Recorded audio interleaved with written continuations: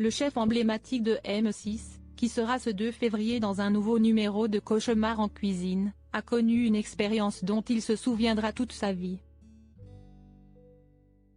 Philippe Etchebest a eu l'occasion de goûter un plat à l'autre bout du monde. Et il en garde un très mauvais souvenir. Le 9 novembre 2023, Philippe Etchebest a participé à un chef au bout du monde. Une émission diffusée sur M6. Et, lors du tournage, le chef de 57 ans a bien cru qu'il ne rentrerait pas chez lui sain et sauf, en plus d'avoir connu une expérience culinaire compliquée. Dans Cauchemar en cuisine ou encore Top Chef, Philippe Etchebest a l'image d'un homme dur, qui ne mâche pas ses mots.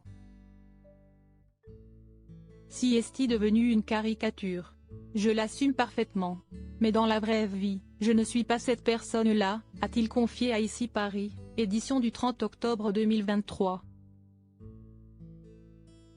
Un chef au bout du monde était donc l'occasion pour lui de montrer une autre facette de lui. Un homme curieux, qui a très souvent le sourire. Il s'est envolé à l'autre bout du monde, aux îles Marquises plus précisément, qui est à 22 heures de vol de la France, pour vivre une expérience hors du commun. Ce que j'ai apprécié par-dessus tout, c'est de manger avec les doigts. Quel bonheur!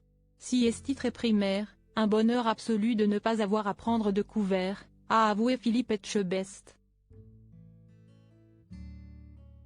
Il a aussi beaucoup apprécié les pamplemousses qu'il a goûté là-bas, les meilleurs de sa vie. En revanche, ne lui proposez jamais de fafaru, une spécialité locale de poisson, il en garde un très mauvais souvenir. C'est violent, on était à la limite de l'odeur de la fosse septique, vraiment. J'ai eu l'occasion plusieurs fois de goûter la cuisine de Willy Rovelli dans Fort Boyard, des plats fermentés. Et ça ne me pose pas trop de problèmes.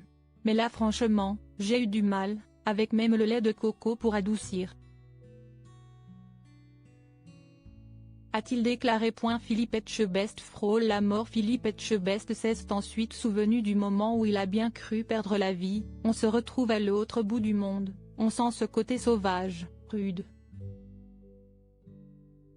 Si on surnomme les Marquises la terre des hommes, ce n'est pas pour rien.